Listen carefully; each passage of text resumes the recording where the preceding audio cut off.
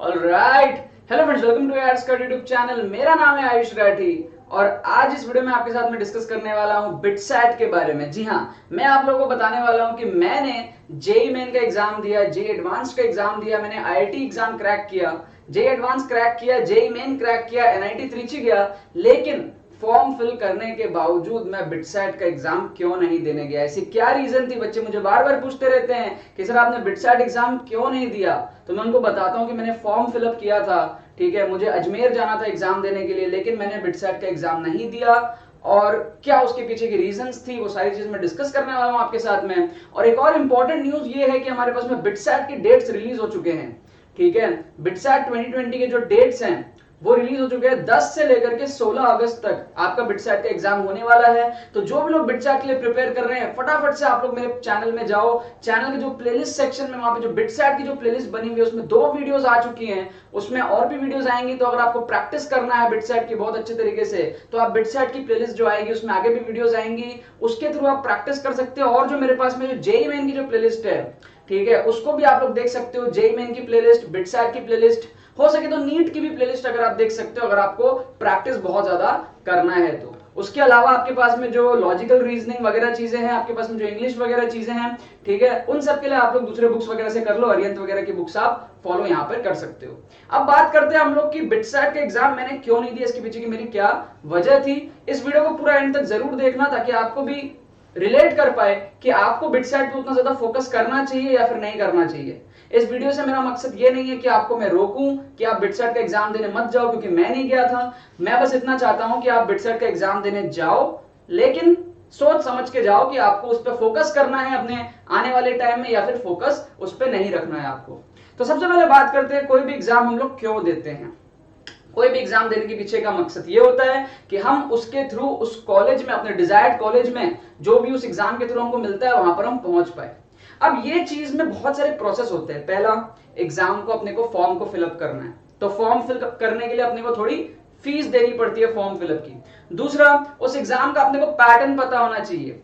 तीसरा, उस एग्जाम को कितने लोग देते हैं, उस एग्जाम में कितने परसेंटेज अपन को चाहिए, और उसके बाद में उस एग्जाम के बाद में कितने सीट्स बचते हैं हमारे पास में काउंसलिंग के अंदर में, कि हमको उस एग्जाम में इतने ही सीट्स है, उतने सीट्स में अगर हमारा नंबर आ गया तो आ गया, वरना हम क्वालिफाई करके भी वहां नहीं पहुंच पाए। तो ये पूरा का पूरा प्रोसेस होता है, इस वजह से हम किसी भी एग्जाम को देते हैं। वरना हम ऐसे फोकट का कोई वो थोड़ी है कि हमको पता है कि हम इस एग्जाम को दे रहे हैं, हमारा कुछ होने वाला है नहीं, फिर भी हम सारे एग्जाम देते जाएंगे। कोई मकसद होता है हमारे पास में, जिस वजह से हम इतने एग्जाम्स देते हैं, 1000 2000 3000 रुपए हम जो है फॉर्म के स्पेंड करते हैं, राइट। बहुत कम लोग ऐसे होंगे जो ऐसे हवा हवा में देते होंगे कि नहीं भाई हम बिटसैट इसलिए देंगे क्योंकि हमको ऐसी मन हो रहा है देने का, हमको पता है हमको जाना नहीं है या फिर हमको मिलना नहीं है, फिर भी हम ऐसे ही दे रहे हैं मजे मजे में। कम लोग होते हैं कुछ वैसे भी। ठीक है, बात करते हैं सबसे पहले कि मेरे रीजन में 2 रीजन था। एक तो मेरा पर्सनल रीजन था, मैं उस टाइम कोटा में था एंड मुझे अजमेर जाना था एग्जाम देने के लिए। मैं ड्रॉप ईयर की बात कर रहा हूँ, मेरे second attempt of JEE Main में 2017 में, ठीक है, और 2016 में मैंने बिटसैट का फॉर्म भरा ही नहीं था। और 2016 में मैंने बिटसैट का फॉर्म इसलिए नहीं भरा, उसका भी रीजन आपको यहीं से समझ में आएगा कि मैं 2017 में क्यों नहीं गया एग्जाम देने के लिए। तो एक तो मेरा पर्सनल रीजन था कि मैं सोचा यार जाऊंगा अभी, ठीक है, रात का टाइम था, ट्रेन पकड़ना था मेरे को, अजमेर जाना था, ठीक है, तो मैं सोचा यार जाऊंगा, इससे अच्छा यहीं रह के मजे कर लेता हूँ, ठीक है, कोटा में रह के थोड़ी मस्ती कर लेता हूँ। जेई मेन का एग्जाम हो चुका था, तो जेई मेन के एग्जाम में मेरे को पता चल गए थे मेरे 175 आए हैं, और उससे मेरे को पता चल गया था मेरी रैंक जो है वो 20,000 के अंदर अंदर ही आने वाली है। तो 20,000 के अंदर अंदर रैंक आएगी तो मेरे को पता है मेरे को एनआईटी मिल ही जाएगा। तो मैंने सोचा यार, वैसे भी मुझे पता था कि बिट्स में कुछ होने वाला है नहीं मेरा, और वो क्यों नहीं होने वाला उसका रीजन आपको अभी आगे समझ में आएगा। लेकिन जो मेरा पर्सनल रीजन ये था कि मैं सोचा नहीं जाता हूँ, यहीं रह के मस्ती कर लेता हूँ। तो रात को मैंने डिसाइड किया, कुछ 10:30 11 बजे की मेरी ट्रेन थी एंड 9 9:30 बजे मैंने डिसाइड किया कि यार मैं नहीं जा रहा, एंड मैं नहीं गया। That was a personal reason, but उसके पीछे का एक लॉजिक भी था जिसको मैं आगे यहाँ पे डिस्कस करने वाला हूं कि वो logic was the greater reason जिसकी वजह से मैं नहीं गया। रीजन क्या था, समझने का ट्राई करो। अगर हम बात करते हैं बिटसैट के एग्जाम की, तो हमारे पास में सबसे पहले अगर आप कंपेयर करो कि नंबर ऑफ स्टूडेंट्स जो बिटसैट देते हैं और नंबर ऑफ स्टूडेंट्स जो जेई मेन देते हैं, तो आपको ये समझ में आएगा कि जो बिटसैट है उससे 3 गुना ज्यादा लोग जेई मेन का एग्जाम देते हैं। ऑन दी अदर हैंड एक चीज आप और समझने का ट्राई करो कि जेई मेन ऑलमोस्ट सब लोग भर देते हैं, ऑलमोस्ट सब लोग, 10-12 लाख लोग, सब लोग भर देते हैं जो प्रिपेयर करे हो चाहे ना करे हो। ठीक है, क्यों? क्योंकि इतना फेमस एग्जाम है, नेशनल एंट्रेंस एग्जाम है, सब लोग देते हैं, चल मैं भी भर लेता हूं, तू भर रहा है मैं भी भर लेता हूं, क्या पता हमें भी मिल जाए। ठीक है, इतना एक फेमस एग्जाम है कि जो स्टूडेंट्स अच्छे से प्रिपेयर नहीं करते हैं वो भी जेईई मेन का फॉर्म भर देते हैं। ठीक है, तो जो 12 लाख लोग अगर जेईई मेन का एग्जाम देते हैं तो उसमें से 12 लाख लोग अच्छे से पढ़ाई नहीं करते हैं। ठीक है, उसमें से कुछ 2-3 लाख लोग ही है जो लोग सही से पढ़ाई करते हैं, बाकी सब लोग ऐसे एग्जाम को भर देते हैं। लेकिन वो जो स्टूडेंट्स हैं जिनको पता है उनका जेईई मेन में भी कुछ नहीं होने वाला, वो बिटसैट नहीं भरते, क्योंकि इतना पैसा किसी के पास नहीं है कि वो फालतू बर्बाद करते रहे। ठीक है, उन स्टूडेंट्स को, जो पीछे के स्टूडेंट्स हैं जिन्होंने अच्छे से पढ़ाई नहीं करी है, अब वो ऐसा थोड़ी करेंगे कि चल यार यहाँ पे पैसा बर्बाद हो रहा है, चल बिटसैट में भी बर्बाद कर देते हैं। नहीं, वो बोलते हैं कि भाई एक एग्जाम बहुत है, बिटसैट हम नहीं भरेंगे, क्योंकि बिटसैट की फॉर्म की फीस भी ज्यादा होती है, तो ऑटोमेटिकली जो नंबर है, नंबर ऑफ एप्लीकेशंस बिटसैट के लिए, वो ऑटोमेटिकली कम हो जाते हैं। एंड इस रीजन की वजह से जो कंपटीशन है बिटसैट में वो बढ़ जाता है, क्योंकि सबसे पहला चीज, ज्यादातर वही बच्चे भरते हैं जिनको एक रहता है कि हाँ हम इसको निकाल सकते हैं। बहुत कम बच्चे ऐसे होते हैं जो प्रिपरेशन नहीं करे फिर भी हम लोग भर देंगे, होते हैं बट उतने ज्यादा नहीं जितने जेईई मेन में होते हैं। तो वहां पर सबसे पहले तो एप्लीकेशंस में नंबर जो है, ठीक है, ऑलमोस्ट 3 गुना यहां पर कम है बिटसैट में और 3 गुना यहां पे ज्यादा है जेईई मेन के अंदर में। दूसरा यहां पर हमारे पास में बात निकल के आता है कि एग्जाम का पैटर्न, ये सारी चीजें जो मैं आपको बता रहा हूं ना, यही रीजन थी जिसकी वजह से मैंने लॉजिकली सोचा कि मैं बिटसैट का एग्जाम का फॉर्म ही नहीं भरूंगा 2016 में, और 17 में मैंने भर के भी लास्ट मिनट में मेरे को कोई गम नहीं हुआ कि मैं जा नहीं रहा, क्योंकि मुझे लॉजिकली ये रीजंस पता थे। दूसरा हमारे पास में क्या है, 150 क्वेश्चंस होते हैं। एग्जाम का पैटर्न क्या है, दोनों में आपको 3 घंटे मिल रहे हैं। अगर मेरे टाइम की बात करो तो 90 क्वेश्चंस जेईई मेन में थे और 150 क्वेश्चंस आपके बिटसैट में थे। ठीक है, और आज के जमाने के बारे में बात करूं, मतलब आज का जमाना मतलब 3 साल बाद 2020 की बात करूं, तो जेईई मेन में नंबर ऑफ क्वेश्चंस थोड़े और कम हो गए, 75 हो गए, लेकिन थोड़ा सा पैटर्न में चेंज आया है। बिटसैट में वही 150 क्वेश्चंस है, 450 का हो रहा है एग्जाम। तो 3 घंटे में एक तरफ आपको 150 क्वेश्चंस करने हैं, एक तरफ आपको 3 घंटे में 90 क्वेश्चंस करने हैं या फिर 75 क्वेश्चंस करने हैं आज के हिसाब से। तो ऑटोमेटिकली आप एक चीज सोचो, ठीक है, हालांकि क्वेश्चन के लेवल में थोड़ा डिफरेंस है, बट आप एक चीज सोचो कि 150 क्वेश्चन आपको अटेम्प्ट करने हैं और टाइम आपके पास में सेम ही है, तो कम से कम जो क्वेश्चन पढ़ने का टाइम होता है वो तो इक्वल लगेगा ना दोनों में। डिफिकल्टी की तो बाद में बात करते हैं, क्वेश्चन पढ़ने का टाइम, ठीक है, आपकी जो स्पीड है, वो सब चीजें मैटर करेगी कि नहीं करेगी। यहाँ पे नॉलेज की तो बाद में बात कर रहा हूं मैं। तो सबसे पहले ये मेरे पास में थॉट था कि यार यहाँ पर मुझे इतने सारे क्वेश्चंस अटेम्प्ट करने हैं, और प्लस जो मार्किंग पैटर्न है वो भी है +3 -1 का। बिटसैट का एग्जाम बहुत ही अच्छा एग्जाम है, बहुत ही फेमस एग्जाम है, सबको देना चाहिए, मैं डिनाई नहीं कर रहा, बट मैं यहाँ पर अपना रीजन बताने आया हूँ कि मैंने क्यों बिटसैट का एग्जाम नहीं दिया था, ताकि आप भी ये सोच पाओ कि आपको बिटसैट पे फोकस करना है या फिर नहीं करना है। अपना फोकस फालतू जगह नहीं होना चाहिए जहां से आपको कोई आउटपुट नहीं मिल रहा है। जिसको आउटपुट मिल रहा है उसके लिए वो जन्नत है, राइट। तो हमारे पास में +3 और -1 का पैटर्न बिटसैट में होता है, ठीक है, जहां पर आप तुक्का मार के भी, आपको ट्रिक्स एंड चीट कोड्स भी लगा लो, कुछ भी कर लो आप लोग, जो मैंने पूरी की पूरी प्लेलिस्ट बना रखी है अपने चैनल में ट्रिक्स एंड चीट कोड्स की, उसका भी फायदा आपको ज्यादा जेईई मेन में मिलेगा। बिटसैट में, जेईई एडवांस में उतना ज्यादा फायदा आपको नहीं मिलेगा। जेईई मेन में आपको फायदा मिलता है क्योंकि जो पैटर्न होता है वो +4 -1 का होता है, क्योंकि अगर आप 4 में एक भी सही हो गए तो +4 मिला, और 3 गलत हुए तो -3, तो ओवरऑल आपका +1 ही है, ओवरऑल आपका +1 ही है, राइट। और वहां पर जब हम लोग ट्रिक्स एंड चीट कोड्स लगाते हैं तो 4 में अपन 2 सही कर लेते हैं, तो ज्यादा फायदा अपने को जेईई मेन में मिलता है कंपेयर टू द बिटसैट। तो ये एक रीजन था मेरे पास में कि मेरे को एक चीज समझ में आया कि यहाँ 150 क्वेश्चन करने हैं और यहाँ मेरे को करने हैं कम क्वेश्चंस। अब तीसरी जो बात निकल के आती है वो ये आती है हमारे पास में कि अगर हम बिटसैट की बात कर रहे हैं, तो बिटसैट में जहां हमारे पास में जितने मार्क्स हमको लाने हैं वो 70 से 80% चला जाता है। जो ट्रेंड हमारे पास में बिटसैट का, अगर आप ट्रेंड देखो या फिर आप गूगल पे सर्च करो तो आप देखो कि आपको एनआईटी कितने में मिलती है, दूसरी तरफ आपको बिट्स में आपको सीट कितने में मिलती है। बिट्स पिलानी अगर अच्छा की बात करते तो आपको सीट कितने में मिलती है। आप देखोगे कि जो परसेंटेज स्कोर है, हर स्टेट में आपके पास में एनआईटीज है, हर स्टेट में एनआईटीज है। एनआईटीज का आपके पास में जो स्टेट कोटा है वो भी होता है, ठीक है। तो हर स्टेट में एनआईटीज है, इतनी सारी एनआईटीज है, तो आपको क्या होता है, नंबर ऑफ सीट्स भी है यार, लाइक 30-40 हजार सीट्स है, यहाँ पे सीट्स बहुत ज्यादा कम है। तो यहाँ पर आप देखते हो कि अगर आपके 50% मार्क्स भी आते हैं, 45% मार्क्स भी आते हैं, मैं अपने टाइम की बात कर रहा हूँ, तो वहां मेरे को साफ साफ दिख रहा था कि 360 में अगर मैं लाता हूँ 170, 180, 190, तो मेरे को बढ़िया से एनआईटी मिल जाएगी। और मैं तो 175 में एनआईटी त्रिची पहुंचा, लेकिन मुझे ये बढ़िया से पता था कि अगर मैं सेम परसेंटेज का स्कोर 50% यहां पे लाता हूं बिटसैट में 450 में से 225 लाता हूं तो मैं कहीं का नहीं रहने वाला। क्या इसका मतलब यह है कि मेरी एबिलिटी 225 लाने की थी? बिल्कुल हां। भले ही पेपर यहां पर कैसा भी आए, इजी आए, फर्क नहीं पड़ता। क्यों? क्योंकि सिलेबस कंप्लीट होना बहुत जरूरी है। सिलेबस कंप्लीट होना बहुत जरूरी है और मेजॉरिटी बच्चों का सिलेबस ही कंप्लीट नहीं होता। मतलब कि अगर आप एक ऐसे स्टूडेंट हो कि आपका पूरा सिलेबस आपको आता है, 100 में आपको 100% आपका सिलेबस है, उसमें आपको 95 to 100% सिलेबस आता है, तब तो आपके लिए एग्जाम बहुत अच्छा है, क्योंकि आपको सिलेबस आता है ना, तो आप स्कोर कर जाओगे। ठीक है, वहां के आप यहां भी कर जाओगे। तो आप बिटसैट में 150 क्वेश्चंस को अटेम्प्ट करके आप उसमें से बहुत ज्यादा स्कोर ला सकते हो। लेकिन अगर आप एक ऐसे स्टूडेंट हो जैसा कि मैं था, जिसको पूरी सिलेबस ही नहीं आती थी, पूरा सिलेबस ही कंप्लीट नहीं था, ऑर्गेनिक पूरा छूटा हुआ था। बहुत सारे बच्चे होते हैं बोलते हैं यार हमको मैकेनिक्स नहीं आती, हमको थर्मोडायनेमिक्स नहीं आती, हमको कम्युनिकेशन सिस्टम सेमीकंडक्टर नहीं आता, हमको इनऑर्गेनिक नहीं आती। कुछ ना कुछ पार्ट्स आपके बचे हुए रह जाते हैं। आपको ऑप्टिक्स नहीं आती, या फिर आपको मैथ्स में कोऑर्डिनेट ज्योमेट्री नहीं आता। तो ये जो ऐसे एग्जाम्स होते हैं ना जिसमें 150 क्वेश्चंस आपके पास में है, ये एग्जाम जिसमें आपको मार्क्स भी ज्यादा लाना है और क्वेश्चन का लेवल थोड़ा इजी है, यहाँ पे लॉजिकल रीजनिंग के क्वेश्चंस है, इंग्लिश प्रोफिशिएंसी के क्वेश्चंस है, तो ऐसे एग्जाम्स उन लोगों के लिए अच्छे होते हैं जिनका सिलेबस कंप्लीट हो, तब जाके वो ज्यादा स्कोर उसमें ला पाएंगे।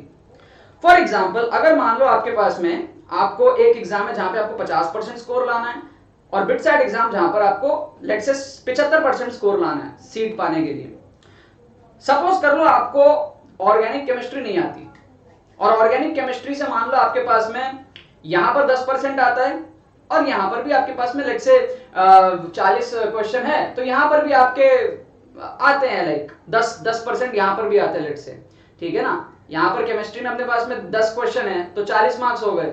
ठीक है, तो वो भी अपने पास में 8-10% के अप्रोक्स, और यहाँ पर भी 8-10% के अप्रोक्स आपके पास में हो जाते हैं। यहाँ पे +3 मार्क्स का यहाँ पे एक क्वेश्चन होता है।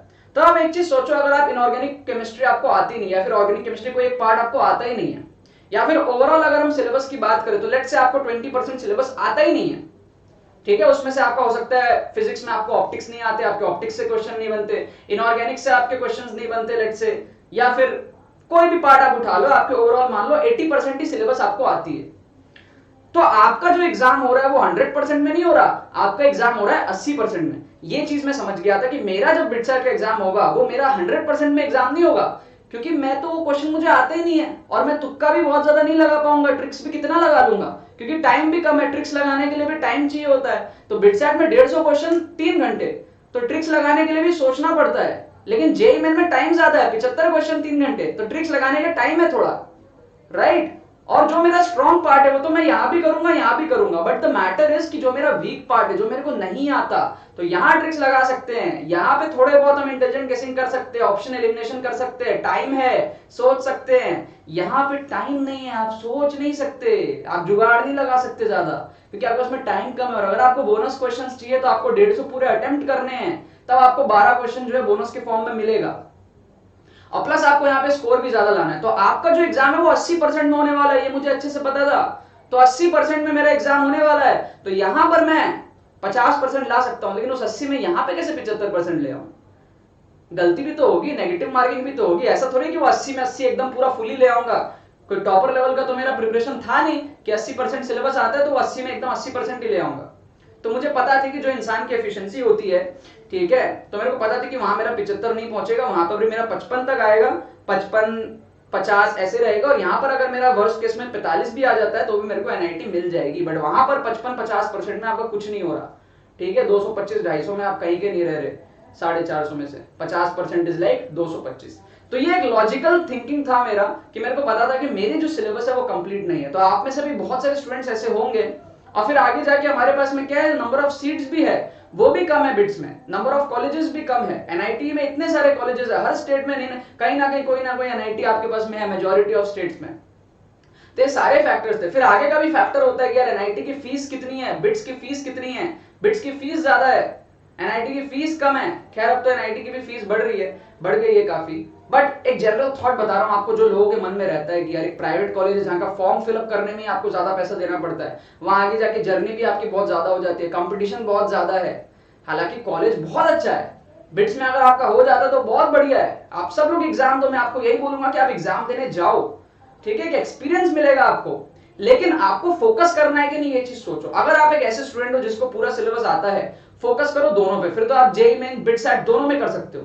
लेकिन अगर आप ये चीज देख रहे हो कि यार आप जेईई मेन में ही अच्छा स्कोर नहीं कर पा रहे, तो आप फालतू बिटसैट में क्यों अच्छा स्कोर करने के पीछे जा रहे हो, वहां पर आप क्यों फोकस डाल रहे हो, आप ये क्यों सोच रहे हो कि यार आपको जेईई मेन में नहीं हुआ तो चल बिटसैट में फोकस करते। नहीं, जेईई मेन का पेपर 2 है आपके पास, जेईई मेन का पेपर 2 के लिए आप प्रिपेयर करो, क्योंकि वहां पर आपको 70-80% स्कोर नहीं लाना है। आप एक वीक स्टूडेंट हो तो 50% स्कोर लाना आपके लिए आसान है।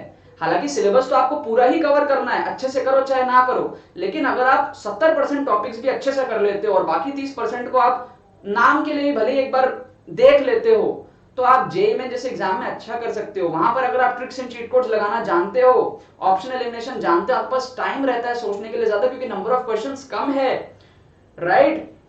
तो अगर आपको 25 क्वेश्चन अगर आपको करने हैं जेईई मेन में, तो अगर आप 10 भी कर लेते हो, ठीक है, अच्छे से, तो 30 क्वेश्चंस आपने कर लिए, तो 120 तो आपने पक्का कर लिया सॉल्व करके।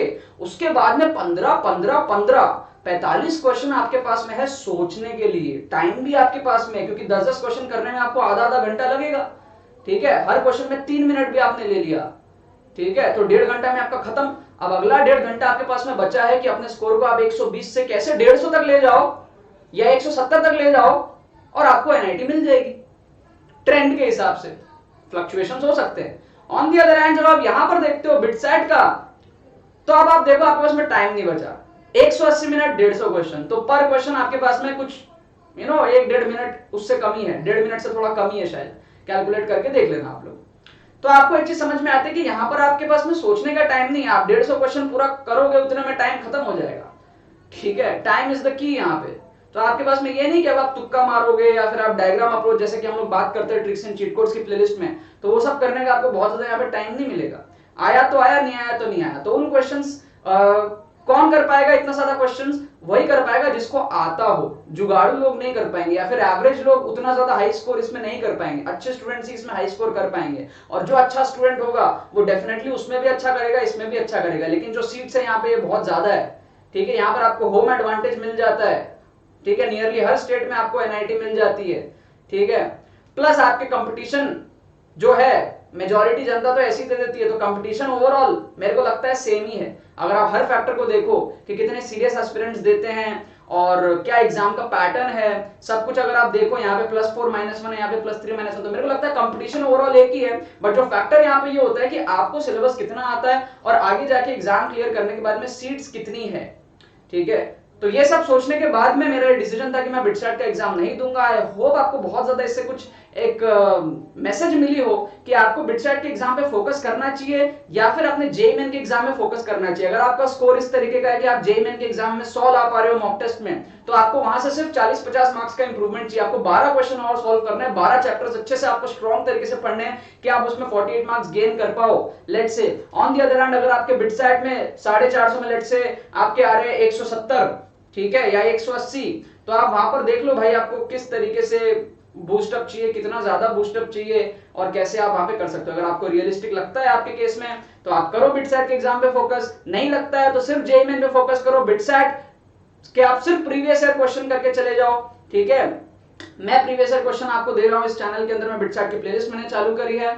और अगर आप अच्छे स्टूडेंट हो तो दोनों पे फोकस करो। आई होप आपको इस वीडियो से बहुत कुछ सीखने को मिला होगा। ये थी मेरी बिटसैट ना देने के पीछे का रीजन, जो लॉजिकल रीजन था वो मैंने आपको समझाया।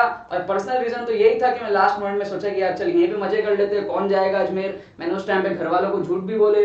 अगले दिन सुबह सुबह फोन आया मेरे घर से कि भाई तुम कहां पर हो, कहां पर रुके हो, तो मैंने झूठ बोल दिया कि यार मैं यहाँ पे अजमेर के पास में स्टेशन में है, स्टेशन के पास में कोई होटल है, उस होटल में मैं रुका हुआ हूँ। और ऐसे एक दिन मैंने कहानी बनाई कि हाँ भाई मैं यहाँ पे हूँ, हाँ मैं वापस से पहुंच गया। ये सारी चीजें मैंने करी जो कि आपको नहीं करना चाहिए। बट हाँ, दिस इज द ऑनेस्टी कि मैंने लास्ट मोमेंट पे एग्जाम का फॉर्म फिलअप किया था, 2200 रुपए का फॉर्म था शायद उस टाइम पे, एंड मैं एग्जाम देने के लिए नहीं गया। This is the honest story. But उसके पीछे का लॉजिकल रीजन यही था कि मुझे उससे कोई भी डिसएडवांटेज नहीं था, क्योंकि मुझे पता था कि मेरा जो एग्जाम है, जो कंपटीशन है, वो 100% में नहीं होने वाला, क्योंकि मैंने 100% सिलेबस कवर अप ही नहीं किया। आई होप आपको वीडियो से बहुत कुछ समझ में आया होगा।